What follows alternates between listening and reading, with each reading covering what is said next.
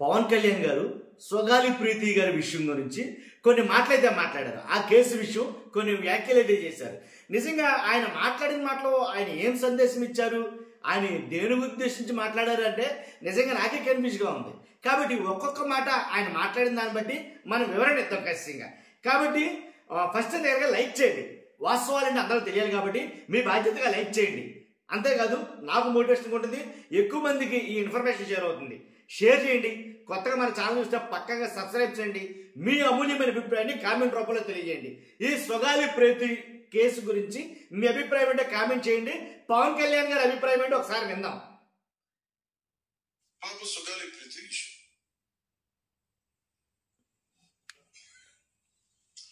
పండ్లున్న చెట్టుగా రాళ్ళు పడతాయంట. ఇప్పుడు పళ్ళున్న చెట్టు ఎవరిదే అంటే పవన్ కళ్యాణ్ గారు పండ్లున్న చెట్ట, అందు గురించి ఆ చెట్టు మీదగా రాళ్ళు వేస్తున్నారా? పండ్లున్న చెట్టుకి రాళ్ళు వేస్తే కనుక ఎప్పుడు కాయాల్సిన కాయది. వాస్తవంగా సొగాలి ప్రీతి కేసు ఎప్పటి కేసు ఇది? ఎంతకాలం వచ్చింది? ఆ రోజు మనం ధర్నా చేశాం కదా ఏంటి, 2 లక్షల మందితో వచ్చామన్నాం. లక్ష మందో ఎంతమందో చిల్లర వస్తే 2-3 లక్షల మందితో వచ్చామని అన్నాం కదా. కాబట్టి ఎప్పటి కేసు ఇది? ఎంతకాలం అని ఆ కాయ అలాగే ఉంటుంది. ఎవరైతే చేయూతనిస్తారో, ఎవరైతే ఆదరిస్తారో వాళ్ళని తిరిగితే ఎట్లాగా? అసలు ఈరోజు సుధా పండ్లున్న చెట్టుగా రాళ్ళు పడతాయంట. ఎవరైతే చేయూతనిస్తారో, ఎవరైతే ఆదరిస్తారో వాళ్ళని తిరిగితే ఎట్లాగా? చేయూతనిచ్చింది ఎవరు, ఆదరించింది ఎవరో? మీరు న్యాయం చేస్తాము అని అన్నారు అప్పట్లో పవన్ కళ్యాణ్ గారు. మీకు న్యాయం చేస్తారమ్మా అని ఇలా కింద కూర్చుని అక్కడ చెప్పిన మాట అది. కాబట్టి నీకు కొడుకు లాంటి వాడిని, నా చెల్లెలు, కాబట్టి నేను న్యాయం చేయిస్తాను. మనం అధికారంలోకి వచ్చాక ఖచ్చితంగా దీని మీద సత్వరమే ఇమీడియట్ గా చర్యలు అయితే తీసుకుంటాను అని అప్పట్లో మాట్లాడాం కదా. కాబట్టి అది జరగలేదు కదా. మరి ఎవరు ఆదరించినట్టు? అసలు ఈరోజు సొగాలి ప్రీతి అనే కేసు ఎక్కడి నుంచి బయటకు వచ్చింది చెప్పండి. ఇలాంటి అన్యాయం జరిగిందని మీరు ఎవరికి తెలుసు? అసలు ఎవరు తెలియదు. ఈ రోజున గత ప్రభుత్వం 2019, 2024లో ఒక ప్రభుత్వం మీద, అప్పుడు ముఖ్యమంత్రి మీద మాట్లాడటానికి అసలు ఎవరికైనా ధైర్యం ఉందా? అసలు కేసుకి జగన్మోహన్ రెడ్డి గారితో మాట్లాడడానికి ధైర్యానికి సంబంధం ఏంటి నాకు అర్థం కాల. కానీ అప్పట్లో ముఖ్యమంత్రితో మాట్లాడడానికి అసలు ధైర్యం ఎవరికైనా ఉందంటే నాకు అర్థం కాలేదు. అసలు ఈ కేసుకి దానికి సంబంధం ఏంటి? ఒక ముఖ్యమంత్రిని ఒక మాజీ ముఖ్యమంత్రిని ఆ టైంలో అరెస్ట్ చేస్తే రావడానికి ఎవరు రోడ్ల మీద. అలాంటి పరిస్థితుల్లో ఓడిపోయి 2 చోట్ల ఓడిపోయి ఉన్న ఒక ఎమ్మెల్యే వాళ్ళ పార్టీకి వెళ్ళిపోతే ఏ మానసిక స్థైర్యం, ఏ ధైర్యం, ఏది ఉంటుంది చెప్పండి ఎవరికైనా? మరి అలా సొగాలి ప్రీతి ఆ కేసు గురించి ఏంటి, చంద్రబాబు నాయుడు గారి అరెస్ట్ గురించి, ఆయన జైల్లో పెట్టడం గురించి, ఈయన రోడ్డు మీదకి వచ్చి నేను మీతో ఉన్నాను, మన పార్టీలు 2 కలుస్తాయి అని చెప్పడానికి, ఈయన 2 చోట్ల ఓడిపోవడానికి ఏమన్నా సంబంధం ఉందండి? అంటే సమయంలో నేను ఒక తల్లి పట్ట వేదన తీసుకున్నాను. తప్పలేదు కదా. సరదానా 2 లక్షల మంది జనం మధ్యలో నడుచుకుంటా వెళ్ళి ఆ సమస్యను హైలైట్ చేసి వాళ్ళు సిబిఐకి ఇచ్చారు. సిబిఐకి ఇస్తే మరి ఇక్కడ చిన్న కరెక్షన్. పవన్ కళ్యాణ్ గారు నడుచుకుంటా వచ్చారని జగన్మోహన్ రెడ్డి గారు సిబిఐగా కేసు ఇవ్వాల. ఆ కేసును కావాలని సిబిఐకి ఇచ్చారు. ఒక జీవో పాస్ చేశారు. వైఎస్ఆర్సీపీ హయాంలో జగన్మోహన్ రెడ్డి గారు సొగాలి ప్రీతి విషయంలో, ఆ కేసు విషయంలో న్యాయం జరగాలి. న్యాయం జరగాలంటే ఇక్కడ ఉంటే కుదరదు. కేసుని సిబిఐకి అప్పగించాలి.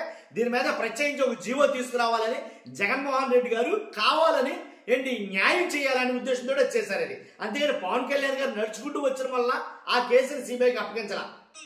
మనకి ఎలా తెలుస్తుంది? 2 లక్షల మంది జనం మధ్యలో నడుచుకుంటా వెళ్ళి ఆ సమస్యను హైలైట్ చేసి వాళ్ళు సిబిఐకి ఇచ్చారు. సిబిఐకి ఇస్తే మన ఇంటర్నల్ పేపర్ వర్క్ మనకి ఎలా తెలుస్తుంది?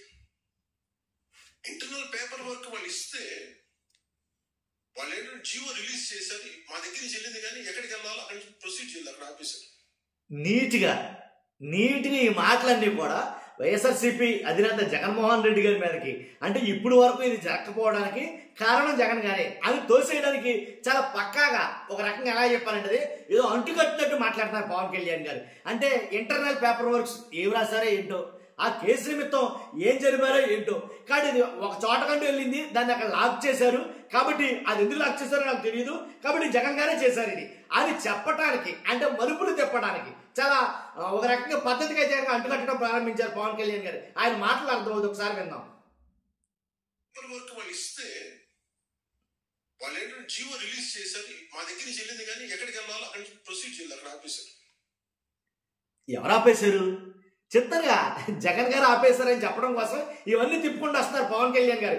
మీకు అర్థం కావాలి ఈ విషయం మాత్రం. ఇప్పటి వరకు వాళ్ళు ఇస్తే వాళ్ళు ఏంటంటే జీవో రిలీజ్ చేశారు, మా దగ్గర నుంచి వెళ్ళింది కానీ ఎక్కడికి వెళ్ళాలో అక్కడి నుంచి ప్రొసీడ్ చేయాలి, అక్కడ ఆపేశారు.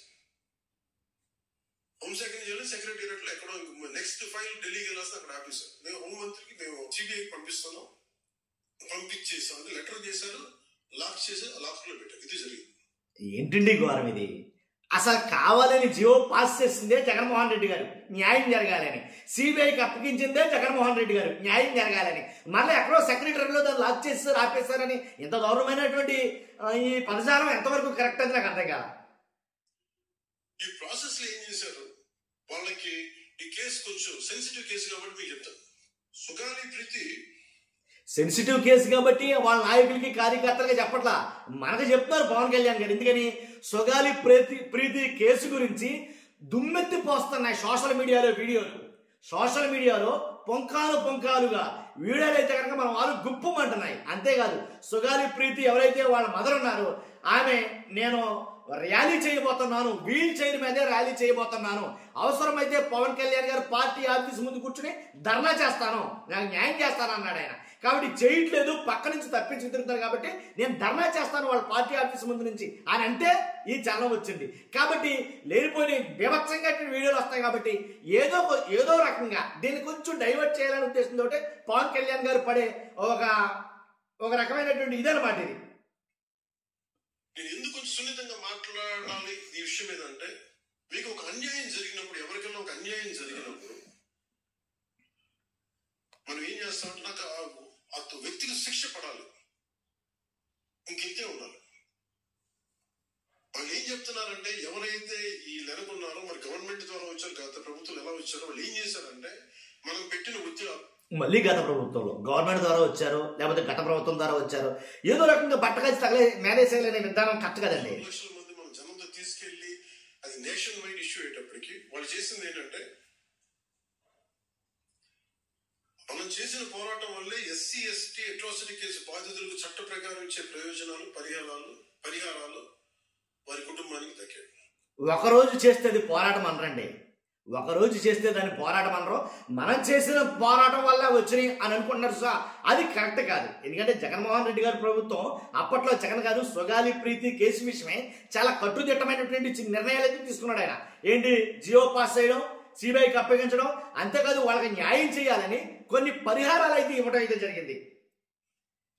కర్నూలు రూరల్ మండలం దిన్నదేవరపాడులో 5 ఎకరాల వ్యవసాయ భూమిని కేటాయింపబడింది. ఆ గ్రామం జగన్ గారు ఇచ్చింది 9 కిలోమీటర్ల దూరంలో ఉంది. ఈ రోజున మార్కెట్ వాల్యూ కనీసం ఎకరాకది వాళ్ళు చెప్పడం, మీరు క్రాస్ చెక్ చేసుకుని 2 కోట్ల వరకు ఉంటుందని చెప్తా ఉన్నారు. జగన్ గారు చేసిన సాయం అది. వీరి కుటుంబానికి కర్నూలు కార్పొరేషన్ లో కల్లూరు వద్ద 5 సెంట్ల ఇంటి స్థలాన్ని కేటాయింపు చేసిన ప్రభుత్వం. సెంటు 10 లక్షల నుంచి 15 లక్షల వరకు ఉంటుంది. పాప ఇద్దరి తల్లిదండ్రులకి రెవెన్యూ శాఖలో జూనియర్ అసిస్టెంట్ గా ఉద్యోగం ఇవ్వడం అయింది. ఇది కాకుండా ఇది మన పోరాటం వల్ల ఒత్తిడి పెట్టడం వచ్చింది. పోరాటం పెట్టడం, ఒత్తిడి పెట్టడం ఇవి లేవు. కానీ ఎలా అంటే జగన్ గారు అవన్నీ ఇచ్చారు. ఏంటి 5 సెంట్లు స్థలం ఇచ్చారంటున్నారు, తర్వాత ఏమో పొలం ఇచ్చారంటున్నారు, తర్వాత ఏమో ఉద్యోగాలు ఇచ్చారంటున్నారు. జగన్ గారు చాలా బాగా ఇచ్చారు. ఆయన హయాంలో ఆయన చేసినవి తల్లిదండ్రుల ఉద్యోగాలు కావచ్చు, పొలం కావచ్చు, ఇంటి స్థలం కావచ్చు, ఇవన్నీ జగన్ గారు ఇచ్చారు. ఓకే, ఇక్కడ వరకు. కానీ మన ప్రభుత్వం వచ్చిన తర్వాత న్యాయం చేస్తామన్నాం కదా. కాబట్టి మన ప్రభుత్వం వచ్చిన తర్వాత ఏమి ఇచ్చాం, ఏం తెచ్చాం, ఏం న్యాయం చేశాం, ఇది కదా మనకు కావాల్సింది. ఇది కదా ఆ సుగాలి ప్రీతి తల్లి అడుగుతుంది. ఇదే ఏమంటే, మీరు న్యాయం చేస్తారన్నారు కదా, ఏం న్యాయం చేస్తారు, ఏం న్యాయం చేశారు అనేది అడుగుతున్నాడు. ఇవి కాకుండా నేను ఫస్ట్ టైం ఛార్జ్ తీసుకోగానే మొదట చెప్పిన మాట, పాపకి న్యాయం జరగాలి, ఏమేమి జరిగిందని సిఐడి చీఫ్ ని నేనే తెలియజేశాను. డీజీపీ గారికి పంపించాను. అప్పుడు డీజీపీ గారికి తెలియజేశాను కదా, అడిగారు. ఏమన్నట్టు కనుక అడిగితే అడుగుండొచ్చు, అది అడిగినట్టుగా దాఖలాలు ఎక్కడా లేవు, ఆ అడిగినట్టుగా ఆధారాలు ఎక్కడా లేవు. అలాగే సిఐడి అధికారులకు చెప్పాను, ఉన్నతాధికారికి చెప్పాను, గారికి చెప్పాను. ఇవన్నీ చెప్తే పోలీసు సిఐడి వాళ్ళు చెప్పింది ఏంటంటే, అసలు అప్పట్లోనే గత ప్రభుత్వం ఎవరైతే దీని వెనక కుట్ర వెనక ఉంది, ఇవన్నీ చెప్తున్నారు, ఏ డిఎన్ఏ తారుమారు చేశారు. ఎలా తారుమారు చేసి ఉండాలి? ఈ ఒత్తిడిలో వీళ్ళకి భూములు అవి ఇవి ఇచ్చేసి, మరి ఏం చెప్పానో తెలియదు. వాళ్ళు నాకు తెలిసి వాళ్ళు ఈ రోజు పోలీసు చెప్తుంది ఏంటంటే సాక్ష్యాలు వీళ్ళు చెప్తున్న వ్యక్తుల మీద వాళ్ళ డిఎన్ఏ దీనికి మ్యాచ్ కావట్లేదు. ఇదేంటండి మరీ దారుణమైనటువంటి అపవాది ఇది. ఎలా అంటే ఆ ఒత్తిడిలో వీళ్ళకి భూములే ఇచ్చేసి డిఎన్ఏని తారుమారు చేస్తారంటే ఎవరు చేశారని? ఏ ఒత్తిడిలో భూములే ఇచ్చేసంటే ఎవరిచ్చారు భూములు? అది ప్రభుత్వం ఇచ్చింది. జగన్మోహన్ రెడ్డి గారి హయాంలో జగన్ గారు ఇచ్చారు. మరి డిఎన్ఏలు ఎవరు తారుమారు చేశారన్నారు మీరు? ఆయన అన్నమాట, పవన్ కళ్యాణ్ గారు అన్నమాట ఒక్కసారి వివరంగా విన్నాం. ఒక్కసారి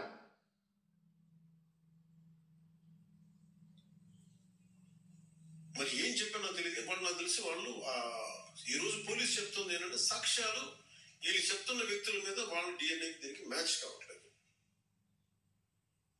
ఇది లాస్. కోర్ట్స్ ఏం చేస్తాయి? ఒక్క నిమిషం ఉండాలి. ఈ ఒత్తిడిలో భూములు అవి ఇవి ఇచ్చేసి మరి ఏం చెప్పానో తెలియదు. వాళ్ళు నాకు తెలిసి వాళ్ళు ఈ రోజు పోలీసు చెప్తుంది ఏంటంటే సాక్ష్యాలు వీళ్ళు చెప్తున్న వ్యక్తుల మీద వాళ్ళ డిఎన్ఏ. వివేకానంద రెడ్డి గారిని చంపేశారని తెలుసు అందరికి.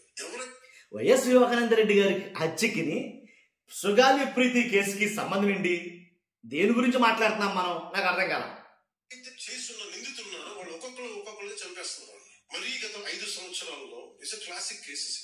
ప్రక్షాళనకే పూనుకున్నాను. మళ్ళీ పూనుకున్నారంట. మన ఎమ్మెల్యేలకు కానీ మీరు ఎంపీస్ మీకు కూడా మీరు ఈ కేసెస్ మీద మీరు రేపొద్దున అసెంబ్లీలో గడమెత్తాలి. మీరు తప్పదు. ఇది మంచి మాట. నన్ను అడిగితే ఇది మంచి మాట అంటాను. వీళ్ళందరూ తప్పించుకుంటూ వెళ్ళిపోతే ఒక సోషల్ అండర్స్ట్ వస్తుంది దీనివల్ల. అసెంబ్లీలో నేరస్తులు చేసిన ఒక కులానికి చెందుతాడు, ఏదో ఒక నేరస్తులు మనం ఏం చేయలేదు. ఇందాక అరుణ చెప్పినట్టుగా ప్రతి ఒక్కరు ఏదో కులానికి చెందాలి, వేరే దారి లేదు మనకి. మనం వేరేలా పట్ల పలానా కాస్ట్ కి చెందిన వాడు చేసాడు. అసలు కాస్ట్ ఎక్కడి నుంచి తెలియదు. క్రైమ్ కి వచ్చు ఈజీ, కానీ నేను అలా మాట్లాడకూడదు. అటు నేను ఇప్పుడు డిప్యూటీ సీఎం పదవులు ఉన్నాను కాబట్టి నేను చాలా ఒళ్ళు దగ్గర పెట్టుకుని మాట్లాడాలి. అందుకని ఇవన్నీ మీరు ఒక్కసారి ఈ దీంట్లో కూడా ఆ పాపకి న్యాయం జరగాలి, దోషులుంటే శిక్షింపబడాలి. దాంట్లో అసలు ఎప్పుడు లేదు. కానీ ఇలా ఒత్తిడి పెట్టాల్సిన వారికి కూడా నా విన్నపం ఏంటంటే, మీరు అసలు ఈ కేసు ఎవరి వల్ల బయటకు వచ్చింది చెప్పండి. సో మా త్రికరణ శుద్ధిని, మా చిత్తశుద్ధిని మీరు తక్కువ ఇచ్చిన ఇక్కడ కేసులు వాళ్ళు కూర్చోబెట్టి నేను వెళ్ళి సాక్ష్యాధారాలు నేనేం క్రియేట్ చేయలేను. అక్కడ గత ప్రభుత్వం చేసిన తప్పులు అదిగో ఫైనల్ గా గత ప్రభుత్వం చాలా మందిని మరి ఏం కొన్నారు, ఎలా కొన్నారు, దీని మీద కేసు పెట్టాలి. లెట్ ఎంటైర్ ఇది నా ఒక్కడే కేసు కాదు, ఇది ఎంటైర్ సొసైటీ కేసు. ఇది సిచ్యువేషన్ నన్ను ఒక్కడే అనొద్దు, మొత్తం అందరిని మన ఎమ్మెల్యేస్ అందరూ కూడా నాయకులు అందరూ కూర్చోబెట్టి try to take it to home minister గారు. ఎలా కూర్చోవడానికే సంవత్సరం పట్టిందండి. మళ్ళీ ఎప్పుడు కూర్చుంటారంటారా? Including law and order CM గారి దృష్టిలో చేతిలో ఉంటుంది కాబట్టి మీరు ఇంతకుమించి దీని మీద మాట్లాడలే, మనం ఏం చేయలేము. అంటే నేను శిక్ష పడాలని కోరుకుంటాను. ఇంతకుమించి కాకపోతే నన్ను లాగడం చాలా తేలిక అందరికి.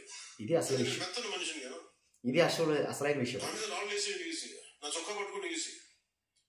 అదే గత ప్రభుత్వం ముఖ్యమంత్రిని పట్టుకోమని చెప్పి మిమ్మల్ని ఎందుకు అడుగుతున్నారు? గత ప్రభుత్వం ముఖ్యమంత్రి ఎందుకు అడగలేదంటే, ఆ రోజు మీరు తండోపుతండాలుగా జనాలు వేసుకొచ్చి 1,00,000 మంది అంటున్నారు, 2,00,000 మంది అంటున్నారు, అంతమంది జనంతో కూడా వచ్చి మీరు అక్కడ చెప్పింది ఏంటంటే, ఇలా కూర్చుని అమ్మా నీకు నేను కొడుకులంటోని, అమ్మా నా చెల్లిలే కాబట్టి ఖచ్చితంగా నేను న్యాయం చేస్తా, నేను ఏది ఏమైనా సరే దీన్ని వదిలిపెట్టను, నేను తీవ్రంగా పోరాడతాను, దీని మీద నేను న్యాయం చేస్తాను అన్న వల్ల న్యాయం చేస్తావేమో అని మిమ్మల్ని అడుగుతున్నారు. ఎవరైతే పెడతానంటే ఆశ, కొడతానంటే భయం, కానీ మీరు పెడతారన్నారు కాబట్టి న్యాయం చేస్తారన్నారు కాబట్టి మిమ్మల్ని అడుగుతుంది ఆ తల్లి. కాబట్టి అంతేగాని జగన్మోహన్ రెడ్డి గారు అడగట్లేదు కదా. మిమ్మల్ని ఎందుకు పర్టికులర్గా అడుగుతుందంటే, మీ కాలం ఎందుకు పట్టుకుంటుందంటే, మిమ్మల్ని ఎందుకు అన్నారంటే కనుక మీరు చేస్తానన్నారు. అప్పుడు నేను అధికారంలోకి వచ్చారు కాబట్టి చేయాలి. మరి తప్పనిగా ధైర్యం కూడా చేయరు, ఇప్పటికీ ధైర్యం చేయరు. ఎందుకంటే వాళ్ళ మనుషులు ఇళ్లలో నా చొక్కా పట్టుకుని ఈజీ, మీ చొక్కా పట్టుకోవడం ఈజీ. అదే గత ప్రభుత్వం ముఖ్యమంత్రిని పట్టుకోమని చెప్పండి, ఎందుకు పట్టుకుంటారు? ఇప్పటికీ ధైర్యం చేయరు. ఎందుకంటే వాళ్ళ మనుషులు ఇళ్లలోకి వచ్చి కొడతారు, క్రిమినల్స్ వచ్చి ఇళ్లలోకి వచ్చి కొడతారు, చంపేస్తారని భయం. మనం ప్రజాస్వామ్యం కదా, మనం భరించాలి. అందుకు అంటే ఆయన చొక్కా పట్టుకుంటే, జగన్ గారు చొక్కా పట్టుకుంటే జనాలు ఇళ్లలోకి వచ్చేసి కొట్టి చంపేస్తారేమో భయం అని పవన్ కళ్యాణ్ గారు చెప్తారు కదా. అంటే నా చొక్కా పట్టుకున్నప్పుడు మీరు ఏం చేస్తారో నన్ను అడుగుతుంటే మీరు ఏం చేస్తారు, మరి మీరు కూడా ఇళ్లలో పడి కొట్టి చంపేయాలి కదా అనే సందేశం మనం పాస్ చేస్తున్నామా? నాకు అర్థం కదా మాట. దయచేసి దీన్ని మీరు ఒకసారి కూర్చోబెట్టి ఒకసారి మన గౌరవ శాసనసభ్యులు, మంత్రివర్గ సహచరులు, లెజిస్లేటివ్ కౌన్సిల్ మెంబర్స్, పార్టీ నాయకులు అందరూ దీని మీద ఒకసారి స్పోక్స్ పర్సన్స్, వీర మహిళ నాయకులు వీళ్ళందరూ ఒకసారి కూర్చోబెట్టి ప్రతి ఒక్కరు కూడా దీని మీద ఇది ఎందుకంటే ఇది ఒక కేసుగా చూడకండి, ఇది కూర్చోబెట్టి ఎన్నిసార్లు అంటారు సార్ కూర్చోబెట్టినంత మాత్రాన పనులు అవ్వవు సార్. వాస్తవంగా మనం అధికారంలోకి వచ్చే 15 నెలలు 16 నెలలు దరిదాపుగా కావస్తుంది. కాబట్టి కూర్చుంటే ఏమీ అవ్వవు. కాబట్టి మీరు ఆ రోజున మాటిచ్చారు కాబట్టి ఈ రోజు మిమ్మల్ని అడుగుతుందా తల్లి, లేకపోతే అంతకు మించి మిమ్మల్ని కూడా అడగదు నన్ను అడిగితే కనుక. ఎందుకంటే మీరు చేస్తానన్నారు, మీరు ఏదైతే నేను అధికారంలోకి వస్తే చేస్తానని అన్నారో అందువల్ల మీరు ఆ మాట ఇవ్వడం వల్ల ఆ తల్లి మిమ్మల్ని అడుగుతుందంటే. కాబట్టి మిమ్మల్ని చొక్కా పట్టుకోవడం అనేది ఏ ఉద్దేశం ఏం లేదు. కానీ కాబట్టి కూర్చుంటారో మొత్తానికి ఎలా అయితేనండి ఆ కేసుకి ఎవరైతే సుగాలి ప్రీతి ఉన్నారో న్యాయం జరిగితే సంతోషించే వాళ్ళు మొదటి వాడిని నేను కూడా. చూద్దాం ఏం జరుగుతుందేంటో. పవన్ కళ్యాణ్ గారు అయితే అలా బట్టకాలు చేసి ఆటోమేటిక్గా ఉన్నట్టుగానే ఎదుట గత ప్రభుత్వం మీద జగన్మోహన్ రెడ్డి గారి మీద ఏజెంట్ మీద జరిగింది. మీ అభిప్రాయం కాస్త కామెంట్ రూపంలో తెలియజేయండి. Thank you very much.